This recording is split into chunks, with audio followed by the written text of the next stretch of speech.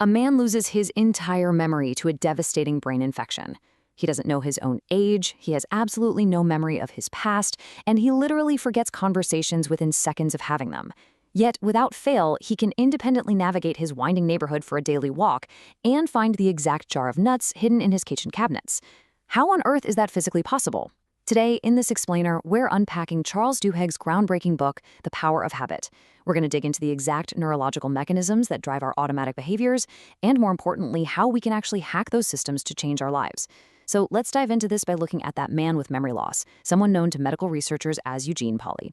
Eugene suffered severe brain damage from viral encephalitis, which essentially wiped out the parts of his brain responsible for memory.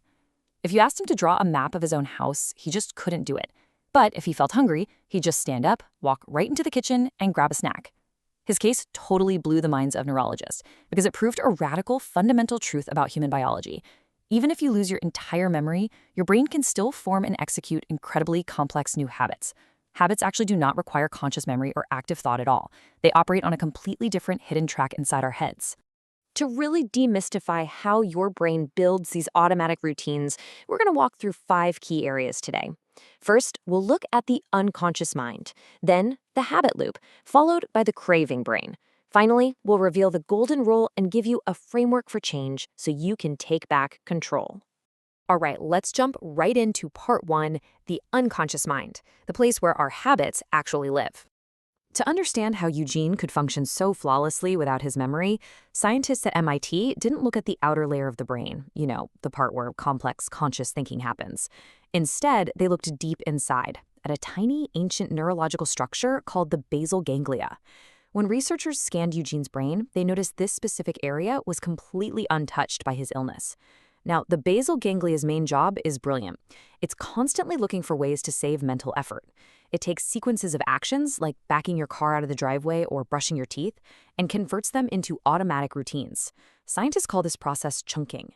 Think about it. If your brain had to consciously process every single micro-decision you make in a day, it would literally overheat and shut down. The basal ganglia solves this by turning routines into subconscious habits, which frees up your gray matter to focus on other things. Which brings us to part 2, the habit loop, made up of the cue, the routine, and the reward. So how exactly does the basal ganglia know when to take over and when to let our conscious brain just sort of sleep? To figure this out, researchers placed tiny sensors into the brains of rats and monitored them as they navigated a T-shaped maze, with a piece of chocolate waiting at one end. Take a look at the graph on the left. This is the rat navigating the maze for the very first time. Its brain is firing wildly the entire run. The rat is sniffing, scratching, consciously processing every new piece of information. But look at the graph on the right. This is after a week of running that exact same maze. The route has become a habit. The brain activity basically settles down and flatlines right in the middle of the run. The basal ganglia has completely taken over. But notice those 2 massive spikes in activity? One at the very beginning, when the maze opens, and one at the very end, when the rat finds the chocolate. Those 2 neurological spikes, they reveal a 3-step loop that governs literally every habit you have. First, there's a cue, a trigger that tells your brain to click into automatic mode. For the rat, the cue was the sound of the maze door opening. Second, there's the routine. That's the physical, mental, or emotional behavior itself. And third, there's the reward, the prize that tells your basal ganglia, hey, this loop is valuable. Definitely remember this for the future. Cue, routine, reward. This simple loop is running your life right now, probably without you even realizing it. And this brings us right back to our memory loss patient, Eugene. Scientists sat him down and showed him pairs of cardboard objects, and one of them always had a correct sticker hidden underneath. Over time, Eugene consistently picked the correct object, even though he had zero conscious memory of ever taking the test. How? Because of this exact loop. The pairs of objects served as the cue. Turning one over was the routine. The satisfaction of seeing that correct sticker was the reward. He wasn't remembering. He was executing a habit loop driven entirely by his perfectly intact basal ganglia. Now let's look at part 3, the craving brain, to understand why these habits actually stick around. We have the basic mechanics down, right? But if habits are just simple mechanical loops, why are things like smoking, overeating, or constantly scrolling on our phones so incredibly hard to break?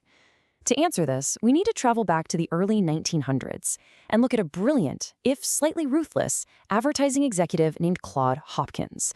At the time, Americans' dental hygiene was so bad that rotting teeth were actually considered a national security risk for military recruits. Hopkins was hired to sell a brand new toothpaste called Pepsodent. Hopkins created an advertising campaign that literally changed the world by exploiting the habit loop.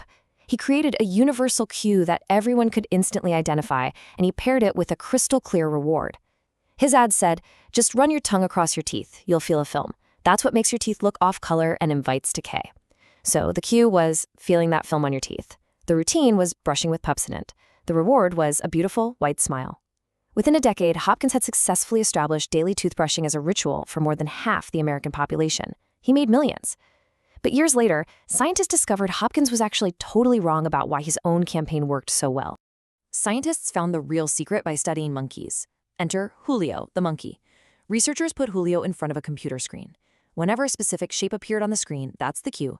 Julio learned pull a lever, the routine. When he did, a drop of sweet blackberry juice dropped onto his tongue, the reward. Initially, Julio's brain activity spiked when the juice arrived. But over time, as the habit solidified, Julio's brain started spiking the exact moment he saw the shapes on the screen, way before the juice even arrived. The habit only became truly automatic once his brain started actively anticipating and craving the reward. If the juice was delayed, Julio would get visibly angry. He craved it. This craving is the magic ingredient. It's exactly what drives a smoker's habit loop. A smoker sees a pack of cigarettes, the cue, and their brain immediately begins craving the nicotine hit before they've even touched a lighter. Pepsodent didn't actually succeed just because people wanted beautiful teeth. It succeeded because Pepsodent contained ingredients that left a cool, tingling sensation in the mouth. People began craving that slight irritation. If their mouths didn't tingle, they didn't feel clean. That craving for the tingle is what really drove the routine. All right, moving to part 4, the golden rule of habit change. Because habits become so deeply hardwired into the structures of our brain, fueled by these intense neurological cravings, they never really disappear. They're always lurking in the background, just waiting for a cue. So we can't just erase them, we have to outsmart them. The golden rule states that you cannot simply extinguish a bad habit. Instead, you must keep the old cue and you must deliver the old reward, but you have to insert a new, healthier routine right in the middle. You have to hijack the loop. If you try to fight the craving using sheer willpower, you are almost always going to lose in the long run because the brain wants what it wants. But if you can identify the cue triggering you and figure out the exact reward your brain is craving, you can swap out a negative routine for a positive one that satisfies that exact same craving. Which brings us perfectly to part 5, a framework for change. Let's look at 4 steps to re-engineer your habits. So how do we actually do this in real life? The author provides a really concrete, actionable framework using a relatable example from his own life. His stubborn habit of eating a chocolate chip cookie every single afternoon at work, which had actually caused him to gain 8 pounds. Let's walk through these 4 practical steps to see exactly how you can diagnose and redesign any habit loop. Step 1, identify the routine. Step 2, experiment with rewards. Step 3, isolate the cue. And step 4, have a plan. By acting like a scientist in your own life, you can absolutely decode the hidden software running your daily actions. Step 1 is the easiest. Identify the routine you want to change. In the author's case, the routine was crystal clear.